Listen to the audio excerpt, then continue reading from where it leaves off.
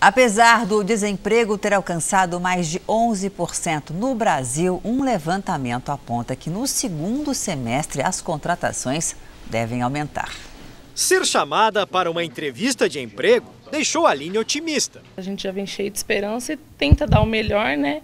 E torcer para que dê certo. Deisiane veio participar da mesma seleção. Eu tenho 2 filhos, né? Então é muito importante voltar a trabalhar o mais rápido possível, não ficar tanto tempo fora do mercado. Nesta agência de recursos humanos, há mais oportunidades agora. A oferta de vagas cresceu 6% neste mês. Então a gente percebe que muitas empresas estão acreditando num futuro melhor e com isso estão voltando a contratar. No segundo trimestre do ano, o mercado de trabalho encolheu no Brasil. O desemprego cresceu em todas as regiões e chegou a 11,3%, maior índice já registrado na pesquisa do IBGE. Um outro levantamento da Fundação Getúlio Vargas mostra uma tendência positiva daqui para frente. O indicador antecedente de emprego, feito a partir de sondagens aos empresários, avançou 4 pontos e sinaliza que as contratações devem aumentar. Esta clínica de tratamentos estéticos não esperou o segundo semestre. Desde o início do ano, admitiu 8 profissionais, entre eles a fisioterapeuta Mércia. É um momento muito bom, eu estou muito satisfeita com o meu trabalho, era isso que eu queria. Para continuar crescendo, a clínica está investindo em mais espaço. Quando terminar a reforma desse imóvel, terá capacidade para dobrar os atendimentos. E para dar conta desse aumento, já planeja contratar mais 5 funcionários. A procura tem sido maior, né? A contratação dos nossos serviços tem sido maior, então eu acredito que o pior já passou. Noite de pânico em Santo André, na Grande São Paulo. Homens armados explodiram uma transportadora de valores. Para evitar a aproximação da polícia, a quadrilha colocou fogo em veículos. Apesar da violência da ação, ninguém se feriu e nada foi roubado. Durante a tarde, 8 suspeitos foram presos. Uma noite de terror. Moradores foram acordados com o barulho de tiros e explosões. Vamos descer, vamos descer. Já passava das 3 horas da manhã, quando pelo menos 20 homens mascarados e fortemente armados invadiram a transportadora. Os criminosos usaram explosivos para estourar o portão de acesso. Os vigilantes da empresa reagiram. Houve intensa troca de tiros. A ação durou quase 1 hora. Uma coisa inimaginável, assim. Pela manhã foi possível ver os estragos provocados na empresa.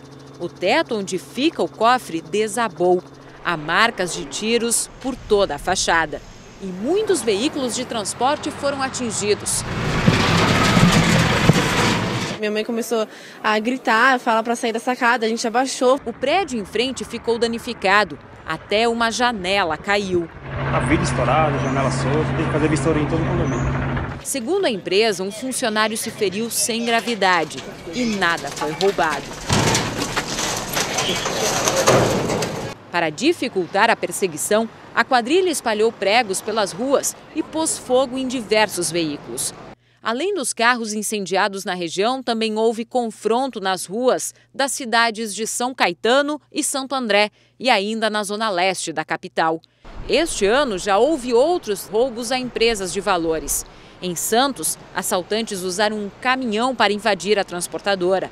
A cidade de Campinas também sofreu com um violento assalto.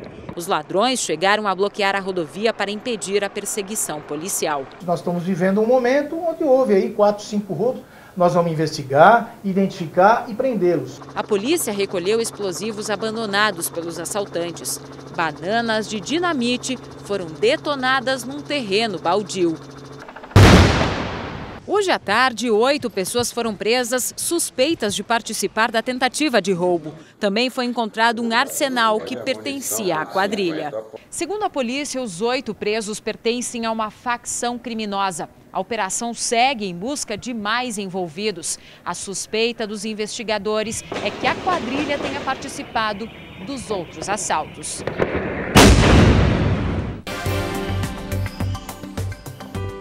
Tempo seco em quase todo o país nesta quinta-feira. Muitas cidades do interior do Brasil entram em estado de alerta por causa da baixa umidade do ar. Chove forte em grande parte da região sul e também no norte do país. Já no sudeste e centro-oeste, no litoral nordestino, a chuva é isolada. À tarde, faz 28 graus em Natal e 30 em Belo Horizonte. Em Curitiba, chove e faz frio, com mínima de apenas 9 graus e máxima de 19. Em São Paulo, faz 24, no Recife, 27. No Rio de Janeiro, pancadas de chuva e máxima de 27 graus. Na Operação Lava Jato, o pecuarista José Carlos Bunlai disse hoje à Polícia Federal que a ex-primeira-dama Marisa Letícia pediu ajuda para ampliar o sítio em Atibaia. O pecuarista contou ao delegado que investiga o sítio de Atibaia que a ex-primeira-dama Marisa Letícia pediu ajuda para aumentar a casa da propriedade. Depois, ela teria decidido recorrer às construtoras para agilizar as obras. Para os investigadores, o depoimento reforça a suspeita de que o sítio seja de Lula e foi reformado pelas empreiteiras Odebrecht e OAS. O ex-presidente nega ser o proprietário do sítio. O presidente do Comitê Olímpico da Irlanda foi preso acusado de envolvimento no esquema de venda ilegal de ingressos. O sol ainda nem tinha aparecido quando policiais civis chegaram a este hotel na Barra da Tijuca, no Rio, onde Patrick Heike estava hospedado. Este vídeo mostra o momento em que o irlandês abre a porta do quarto. Segundo os policiais, ele passou mal ao saber que seria preso. Patrick tem 71 anos, é presidente do Comitê Olímpico da Irlanda e executivo do Comitê Olímpico Internacional. Ele é acusado de revender de forma ilegal ingressos para as Olimpíadas. Quando o comitê de um país não distribui todos os ingressos destinados a ele, esses ingressos não podem ser vendidos. Tem que ser devolvidos à empresa oficial credenciada para a venda. Mas o comitê irlandês estava usando as sobras para criar pacotes de hospitalidade por preços muito acima do original. O esquema envolvia a empresa credenciada a vender bilhetes para os jogos. A Prodez repassava os ingressos à THG, que comercializava os pacotes a preços superfaturados. A Justiça também decretou a prisão preventiva de outros 3 integrantes do Comitê Olímpico Internacional, mas eles não foram encontrados. O presidente do Supremo definiu hoje o cronograma da última etapa do processo de impeachment da presidente afastada Dilma Rousseff. Ricardo Lewandowski discutiu com Renan Calheiros e senadores os detalhes da etapa final do processo de impeachment de Dilma Rousseff, afastada da presidência há mais de 3 meses. O julgamento começará no dia 25, às 9 da manhã. Serão ouvidas primeiro as 2 testemunhas de acusação e depois as 6 da defesa. Esta etapa pode avançar pelo fim de semana. Na segunda-feira, dia 29, a sessão será retomada. Dilma, que já confirmou presença, terá 30 minutos para se defender. Depois responderá a perguntas dos senadores. Virão então os debates. Falam os oradores da oposição e os da defesa, que terão o mesmo tempo. Em seguida, é aberta a discussão. Cada um dos 81 senadores terá 10 minutos para discursar da tribuna.